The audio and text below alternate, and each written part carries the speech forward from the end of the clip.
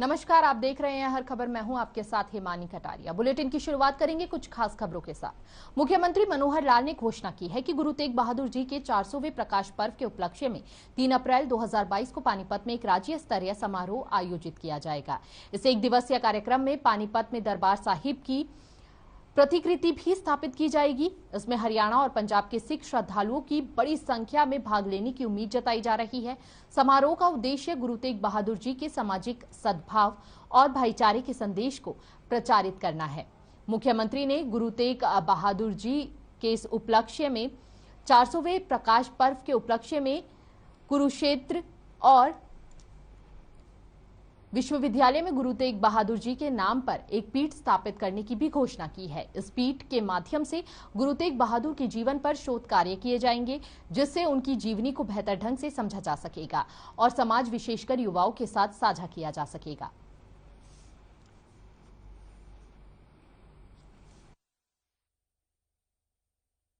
ये जो एक बैठक ही कहेंगे, इस समिति की एक बैठक इस रूप में बुलाई गई है कि श्री गुरु तेग बहादुर जी का 400वां जो प्रकाशोत्सव चल रहा है, जो इसके कार्यक्रम वास्तव में तो मार्च 2021 में ही देश भर में कुछ स्थानों पर शुरू किए गए थे। हमको भी उस समय शुरू करना चाहिए था, लेकिन हम जानते हैं कि कोविड के कारण से प्राय सभी कार्यक्रम स्थगित किए गए, पोस्टपोन किए गए। अब चूंकि इस वर्ष के जो कार्यक्रम हैं ये समाप्ति की ओर हैं, तो विचार किया गया कि हम प्रारंभ में भले ही इस वर्ष के कार्यक्रम नहीं कर पाए, लेकिन अब जो ये समय है 1-1.5 महीने का, इसमें उनकी यादगार में उनको श्रद्धांजलि देते हुए उनके सम्मान में ये जो 400वां प्रकाशोत्सव का जो पर्व है, इसको हम जरूर मनाएं।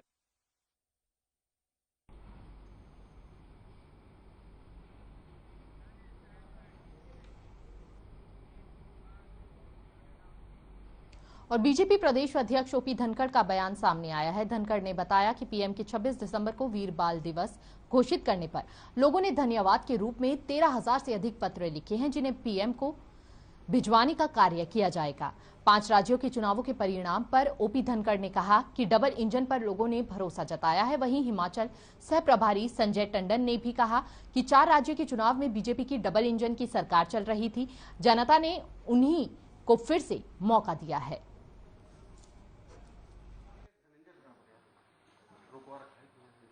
जब प्रधानमंत्री जी ने 26 दिसंबर को वीर बाल दिवस, जो छोटे साहबजादे थे जोरावर सिंह और फतेह सिंह जी के बलिदान को याद करते हुए और उनकी शहादत पूरे देश के लिए मोटिवेटिंग है, उस बात को मैं कहूँगा कि रेखांकित करते हुए कि जिससे हर किसी को प्रेरणा मिल सकती है, ऐसे उन दोनों साहबजादों का जो बलिदान दिवस है उसको वीर बाल दिवस जब घोषित किया, तो यहाँ हमने कुछ साथियों ने जो है इस विषय पर दायित्व सौंपा था कि भाई नीचे जाकर इस विषय पर जो है आप सब लोगों को ये विषय पहुँचाएं, और उसी के ये विषय पहुँचने पर लोगों ने धन्यवाद के रूप में प्रधानमंत्री जी को चिट्ठियां लिखी हैं, पत्र लिखे हैं। चिट्ठियां जो पंजाब के शासन में पहले रहती थी, दोनों ही ऐसे रास्तों पर चली जिनको आप सुसाइडल प्रयास कह सकते हैं। जो अकाली दल का आधार रहता था वो भारतीय जनता पार्टी के साथ उस सारी राजनीति के विरोध में रहता था जो कांग्रेस पार्टी या उसके नेता लोग करते थे, और वो उन्हीं के साथ आकर खड़े हो गए किसान आंदोलन की उस धारा में। कि पूरे दुनिया के अंदर पंजाबी समुदाय एक इस बात से आहत था कि जो साहबजादों की जो शहादत हुई उसको पंजाब में और देश के अंदर कभी ऐसा स्थान दिया नहीं गया था। उसका खास संज्ञान लेते हुए 26 दिसंबर को प्रधानमंत्री जी ने वीर बाल दिवस की घोषणा करी। हर चुनाव में एक यूनिक चीज है जो कॉमन है।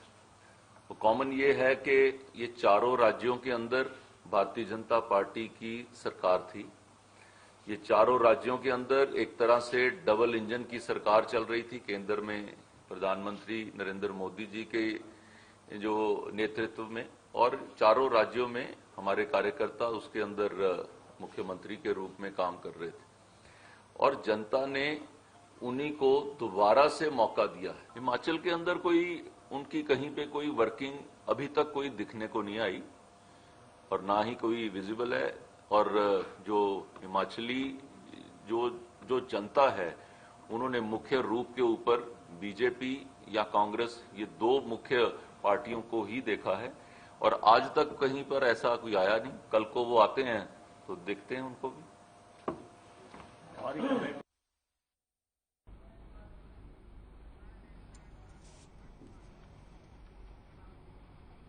और इसके साथ ही 5 राज्यों के चुनावों में से 4 राज्यों में बीजेपी अपनी सरकार बनाने जा रही है, तो वहीं पंजाब में आम आदमी पार्टी ने राष्ट्रीय और क्षेत्रीय पार्टियों के सामने अपना दमखम दिखाया है। इन्हीं मुद्दों को लेकर हमारे संवाददाता रवि चंदेल ने हिमाचल बीजेपी के सह प्रभारी संजय टंडन से खास बातचीत की। उन्होंने कहा कि आम आदमी पार्टी का हिमाचल में कोई जनाधार नहीं है, हिमाचल में एक बार फिर से डबल इंजन की सरकार बनेगी। क्या कुछ कहा, आइए सुनाते हैं आपको। 5 राज्यों के चुनावों में से 4 राज्यों में बीजेपी की सरकार बनने जा रही है। इसी विषय पर चर्चा करने के लिए हमारे साथ इस समय मौजूद हैं हिमाचल बीजेपी के सह प्रभारी संजय टंडन जी। सर, किस तरीके से देखते हैं, बहुत भारी जीत जो है वो 5 राज्यों में से 4 राज्यों में बीजेपी को देखने को मिली है? भारतीय जनता पार्टी के मॉडल को जनता ने सराहा है। मेरा मानना है कि जैसे डबल इंजन की सरकार को निचले स्तर के ऊपर लोगों ने देखा, ऐसे राज्य हैं जिनके अंदर कभी भी कोई सरकार रिपीट नहीं हुई थी। अब गोवा के अंदर तीसरी बार हमने सरकार बनाई है। रेपिटिशन भारतीय जनता पार्टी के मॉडल में देखी गई है और सबसे बड़ा जो नुकसान है इस चुनाव का, कांग्रेस पार्टी जो है वो टोटली एक जो है वो कमरे की पार्टी बनती जा रही है और शायद उनका अब ये जो 2 राज्यों छत्तीसगढ़ और राजस्थान के अंदर ही वो सीमित हो गए हैं और पंजाब के अंदर जो कांग्रेस ने अपना यहाँ पर जो अपनी जो सर्कस दिखाई थी उसका भी इफेक्ट लोगों ने उनको अच्छे तरीके से दिया है और उसके साथ ही साथ एक जनता ने जिस व्यक्ति ने सही काम किया है उसको वापस भी लाए हैं, जिसने ठीक काम नहीं किया है उसकी छुट्टी भी करी है। और मेरा मानना है कि जिस तरीके से आदरणीय प्रधानमंत्री जी के नेतृत्व में केंद्र में सरकार काम कर रही है और ये चारों राज्यों में भी उसका इफेक्ट मिला। भारतीय जनता पार्टी के लोगों ने जो कार्य किया, लोगों ने उसको सराहा है और एक प्रचंड बहुमत के साथ आगे बढ़ते हुए जो गोवा और मणिपुर के अंदर तो हम ज्यादा नंबर्स के साथ भी आगे आए हैं और आने वाले समय में मेरी को उम्मीद ही नहीं, मुझे पूरा विश्वास है कि लोग फिर से नरेंद्र मोदी जी के हाथों को मजबूत करेंगे। आने वाले ये समय की 2024 की आज उसका प्लेटफॉर्म उसका भी बन गया। सर, किस तरीके से देखते हैं, अगर हम चुनावों की बात करें, खास तौर पर जिस तरीके से जो दिग्गज नेता थे, अगर हम बात करें पूर्व मुख्यमंत्री प्रकाश सिंह बादल की, उत्तराखंड के मुख्यमंत्री की बात करें या फिर बाकी नेताओं की बात करें, नवजोत सिंह सिद्धू की बात करें, चरणजीत सिंह चन्नी की बात करें, वो अपनी सीटें, खुद की सीटें बचाने में कामयाब नहीं हो पाए। किस तरीके से देखते हैं? मैं इसको देखता हूं कि जो है इसमें पंजाब के चुनाव में खास तौर के ऊपर व्यक्ति विशेष का चुनाव रहा ही नहीं है जी। और कौन सामने खड़ा है आधे लोगों को ये भी नहीं मालूम कि भी वहां पे खड़ा कौन है। तो लोगों ने उस दृष्टि से चुनाव पंजाब का देखा है। ये एक डिफरेंट तरह का जैसे चुनाव होता है। लोग जैसे दुखी आए हुए थे कांग्रेस के से, लोग दुखी आए हुए थे अकाली दल से, तो उनको जो तीसरा अल्टरनेटिव सामने दिखा तो उन्होंने बटन दबा दिया। सर, अगर हिमाचल की बात करें तो हिमाचल में भी 2 ही विकल्प हैं, एक बीजेपी है, एक कांग्रेस है, लेकिन अब तीसरा विकल्प, जिस तरीके से आपने पंजाब की बात करी, कांग्रेसियों की बात करी, अकालियों की बात करी, हिमाचल में भी बीजेपी है और दूसरी तरफ कांग्रेस है। तीसरा विकल्प जो है वो अब आम आदमी पार्टी जो है इस बार चुनावों में लड़ने जा रही है। किस तरीके से?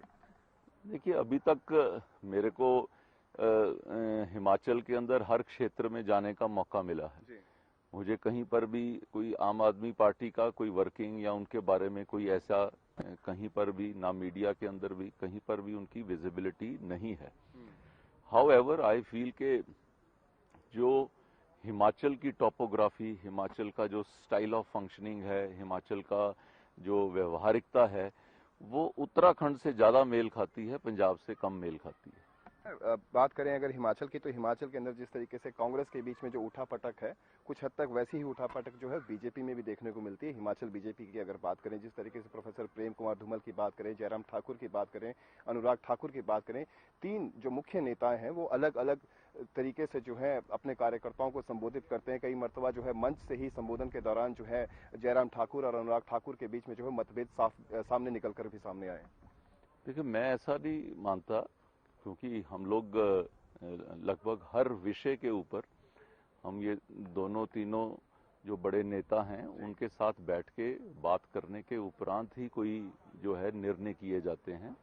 किसी भी विषय के ऊपर आप देखेंगे पार्टी की धारणा के ऊपर ही सब लोग काम कर रहे हैं। कहीं पे कोई आपके ध्यान में कोई ऐसा विषय आता है तो आप मुझे जरूर बताइए। सर, एक अंतिम सवाल की किस तरीके से जो है कार्यकर्ताओं को एक बार फिर से मोटिवेट किया जाएगा? चुनाव बहुत नजदीक आ चुके हैं, लगभग जो है चुनाव अब रण जो है बिल्कुल बजने ही वाला। किस तरीके से क्या कुछ संबोधन रहेगा, कि मैसेज रहेगा हिमाचलियों के लिए, खासतौर पे बीजेपी के कार्यकर्ताओं के लिए? नहीं, हमारा plan of action already chalk out हो चुका है। हमारा जो है अभी पार्लियामेंट बेसिस के ऊपर हमारी जो सम्मेलन है वो 21 तारीख से हमारे वो सम्मेलन शुरू हो रहे हैं। शिमला की जो कॉरपोरेशन का चुनाव मई जून के अंदर उसका चुनाव होना है। हमारी जो टीम है वो गियर अप हो गई है, उसके लिए भी हम वर्किंग वो करके आए हैं। ऑलरेडी 10 दिन पहले मैं भी वहाँ पर 2-3 दिन के लिए रुका और सबसे बातचीत भी करी है। और मेरा ये मानना है कि ये चारों जो विधानसभा के चुनाव के रिजल्ट ने जो हमारे कार्यकर्ता को हिमाचल के अंदर खासकर उनको भी एक नई ताकत दी है, और वो जो डबल इंजन है उसको जनता ने सराहा है, तो कार्यकर्ता भी उसके साथ जुड़ के कि मेरी सरकार फिर से बननी जा रही है, तो कार्यकर्ता का भी एक हिम्मत और भी डबल हो जाती है। बहुत बहुत शुक्रिया। तो ये थे हमारे साथ हिमाचल बीजेपी के सह प्रभारी संजय टंडन, जिन्होंने साफ लफ्जों में कहा कि लोगों ने जो है वो डबल इंजन की सरकार पर भरोसा जताया है, और साथ ही साथ बीजेपी द्वारा जो पॉलिसीज जनता के हित में जो लेकर आई गई थी उनको जनता ने सराहा है। और साथ ही उन्होंने कहा कि हिमाचल के अंदर भी इस बार एक बार फिर से जो है बीजेपी की सरकार बनने जा रही है। चंडीगढ़ से हर खबर हरियाणा के लिए रवि चंदेल के साथ कैमरा पर्सन किशन। तो सीधा रुक करेंगे इस वक्त की बड़ी खबर की ओर जो रतिया से सामने आ रही है। रुक करेंगे इस वक्त की बड़ी खबर की ओर। आपको बता दें कि दुकान में एयर कंप्रेसर, दुकान संचालक सहित 2 लोग इस घटना में घायल हो गए। घायलों को पहुंचाया गया है नागरिक अस्पताल में, उनका इलाज जारी है। अग्रोहा मेडिकल कॉलेज घायलों को रेफर कर दिया गया है। तो इस वक्त की बड़ी खबर रतिया से सामने आ रही है, जहां पर दुकान में एयर कंप्रेसर फटने से यह धमाका हुआ है। बेहद तेज धमाका हुआ, ऐसे में कई लोग घायल हो गए। हालांकि सभी घायलों को अस्पताल में भर्ती करा दिया गया है। और इस वक्त की यह बड़ी जानकारी हम आपको पहुंचा रहे हैं। हर खबर पर आप यह बड़ी अपडेट देख रहे हैं, जहां पर दुकान में एयर कंप्रेसर फटने से यह बड़ा धमाका हुआ। तस्वीरों में आप देख सकते हैं कितना भयावह नजारा रहा होगा उस समय। ऐसे में घायलों को हालांकि नागरिक अस्पताल में भर्ती करा दिया गया है। अग्रोहा मेडिकल कॉलेज के लिए तमाम घायलों को भी रेफर किया गया है जो इस हादसे का शिकार हो गए। बेहद बड़ा धमाका हुआ उस वक्त, और ऐसे में दुकान संचालक सहित 2 लोग घायल हुए हैं। दुकान संचालक भी इस घटना में घायल हो गया। हालांकि उसको भी अस्पताल में भर्ती कराया गया है, इलाज जारी है लगातार। और इस वक्त की बड़ी खबर रतिया से सामने आई है, जहां पर दुकान संचालक सहित 2 लोग घायल हो गए। कंप्रेसर फटने से यह हादसा घटित हुआ है। घायलों को अस्पताल में पहुंचाया गया, और ऐसे में कुछ घायलों को अग्रोहा मेडिकल के लिए भी रेफर किया गया है उनकी नाजुक हालत को देखते हुए। तो इस वक्त की यह बड़ी खबर हम आपको पहुंचा रहे हैं रतिया से। दुकान में कंप्रेसर फटा, जिसके कारण यह बड़ा धमाका हुआ। दुकान संचालक सहित 2 लोग इस घटना के शिकार हो गए।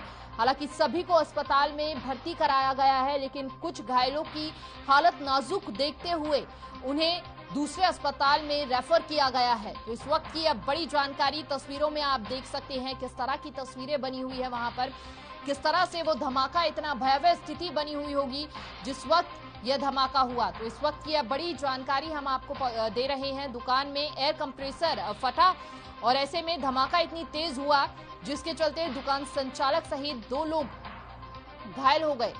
और रतिया की ऑटो मार्केट की यह पूरी घटना है। तस्वीरों में आप हालातों को देख सकते हैं, क्या हालात बने हुए होंगे उस समय। दुकान में एयर कंप्रेसर फटने से यह धमाका हुआ है। दुकान में एयर कंप्रेसर फटा और ऐसे में दुकान मालिक समेत दुकान संचालक समेत 2 लोग भी घायल हो गए, इस धमाके का शिकार हो गए। तो इस वक्त की बड़ी जानकारी, रतिया से एयर कंप्रेसर फटा और जोरदार धमाका हुआ। धमाका इतनी जोरदार था कि दुकान संचालक सहित 2 लोग इस धमाके में घायल हो गए।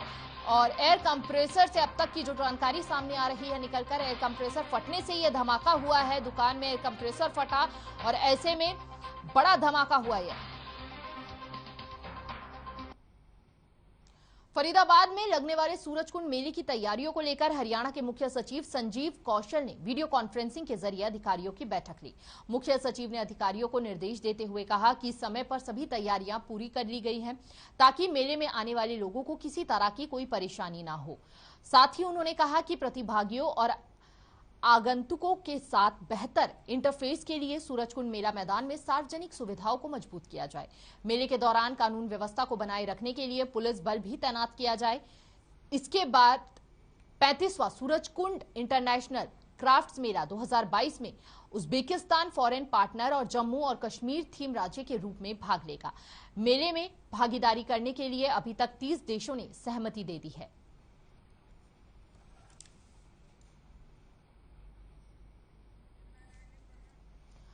और ऐसे में इस मेले की तैयारियों को लेकर अहम बैठक की गई, जहां पर तमाम अधिकारियों को मेले की तैयारियों के लिए जल्द से जल्द निर्देश दिए गए। साथ ही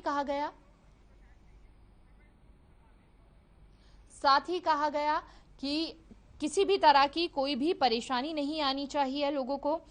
और वीडियो कॉन्फ्रेंसिंग के जरिए यह बैठक की गई। हरियाणा के मुख्य सचिव संजीव कौशल ने खुद यह बैठक ली।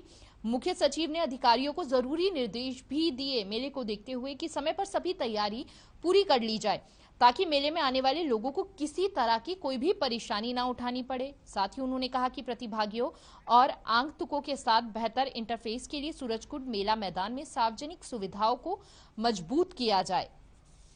साथ ही इस दौरान कानून व्यवस्था को बनाए रखने के लिए भी पुलिस बल भी तैनात किए जाएंगे। इसके बाद 35वां सूरजकुंड इंटरनेशनल क्राफ्ट्स मेला 2022 में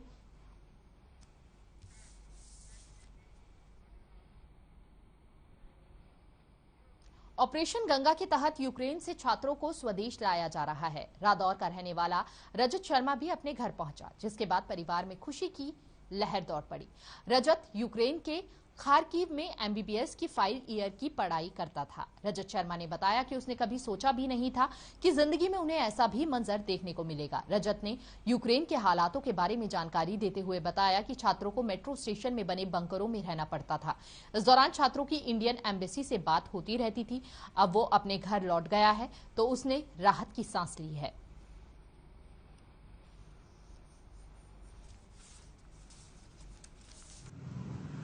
सर, जैसे मैं 2016 में वहाँ गया था तो इतना शांति प्रिय देश था, वो इतना पीसफुल था, इतना ब्यूटीफुल था, लेकिन कभी किसी ने ऐसा सोचा नहीं था कि एकदम से ऐसा हो जाएगा।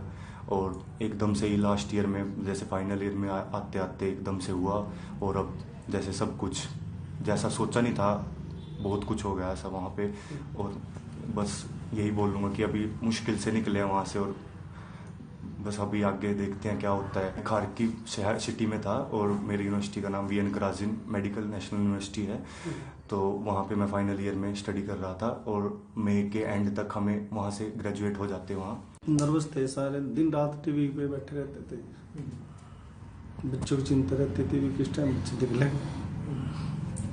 8 दिन तो घर में मतलब माहौल, बड़ी भाभी जी आए, 11 दिन वो हमारे साथ रहे, तब जाके थोड़ा घर का माहौल डेली बच्चे से फोन पे बात होती थी। लेकिन सिचुएशन जैसे टीवी पे देते थे उस हिसाब से बच्चे बहुत उसमें थे संकट में। मोदी सरकार का इसमें बहुत सहयोग रहा, बच्चों को वहाँ से और निकालना इसे त्रासदी में, ये बहुत ही बड़ी खूबी है हमारी सरकार की। जैसे बच्चे कहते थे भी पापा फ्लैग ला के हम कहीं भी निकल रहे थे, कोई भी रोक टोक नहीं थी।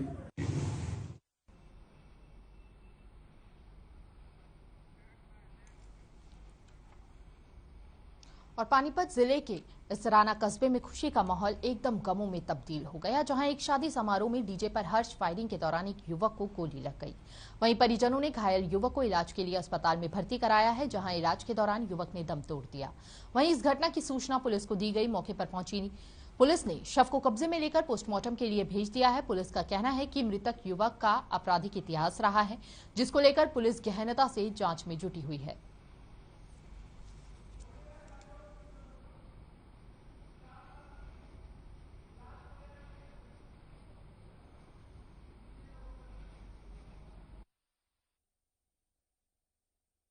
ये शादी में गए हुए थे और एक साजिश के तहत ये काम हुआ है जी।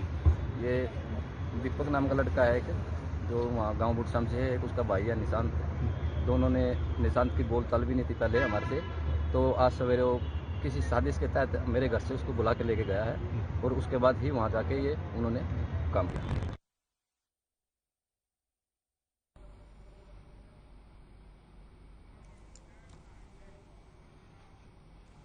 और फरीदाबाद में सोनम कपूर के ससुर हरीश आहूजा की शाही एक्सपोर्ट फैक्ट्री से 27 करोड़ 61 लाख की ठगी हुई थी। बता दें कि आरोपी ने नकली हरीश आहूजा बनकर रुपए अपने अकाउंट में ट्रांसफर किए, जिसके बाद अब साइबर थाना पुलिस ने 9 आरोपियों को गिरफ्तार किया है। शाही एक्सपोर्ट यहाँ जो बहुत ही बड़ा मैन्युफैक्चरिंग हाउस है उसकी तरफ से कि उनका जो सरकार के द्वारा उनको बेनिफिट प्रोवाइड करा जाता है एक्सपोर्ट पे, तो कुल उनके 27 करोड़ के लाइसेंस थे जो उनको बेनिफिट सरकार की तरफ से मिला था। उस लाइसेंस का गमन हुआ है और वो किसी ब्लैक कर नाम की कंपनी के अंदर ट्रांसफर हो गए थे। तो ये कंप्लेंट पे पुलिस ने कार्रवाई करते हुए बड़ी तेजी से काम करते हुए इसमें टोटल 10 गिरफ्तारियां करी हैं और इसमें इन्वेस्टिगेशन के दौरान ये पता चला था कि इस कंपनी के लोगों ने फर्जी डिजिटल सिग्नेचर सर्टिफिकेट बना के उसके जो लाइसेंस थे उनको एक फर्जी कंपनी में के अंदर ट्रांसफर करके एक तरीके से कंपनी को भी नुकसान पहुंचाया है और सरकार के द्वारा जो टैक्स बेनिफिट दिया जाता है या फिर उनकी स्कीम का जो बेनिफिट होता है उसका मिसयूज किया गया है। सर, ये जो 10 आरोपी पता कुछ है इनकी कुछ जानकारी? तो ये जो 10 आरोपी गिरफ्तार हुए हैं, ये लोग सारे अलग अलग जगह से गिरफ्तार हुए हैं। इसमें से कुछ आरोपी दिल्ली से गिरफ्तार हुए हैं जो फर्जी डीएससी बनाने का काम करते थे। कुछ इसमें आरोपी मुंबई से गिरफ्तार हुए हैं जिन्होंने फर्जी कंपनी बनाई थी और कुछ एक आरोपी इसमें चेन्नई से गिरफ्तार हुआ है जो जितनी भी एक्सपोर्ट कंपनियां हैं उनको कंसल्टेंसी प्रोवाइड करते थे, उनके कागजात बनाने में, एक्सपोर्ट में संबंधित हेल्प करते थे, जिसका उन्होंने गलत तरीके से। फिलहाल इस बुलेटिन में इतना ही। तमाम बड़ी खबरों के लिए बने रहिए हर खबर के साथ। नमस्कार।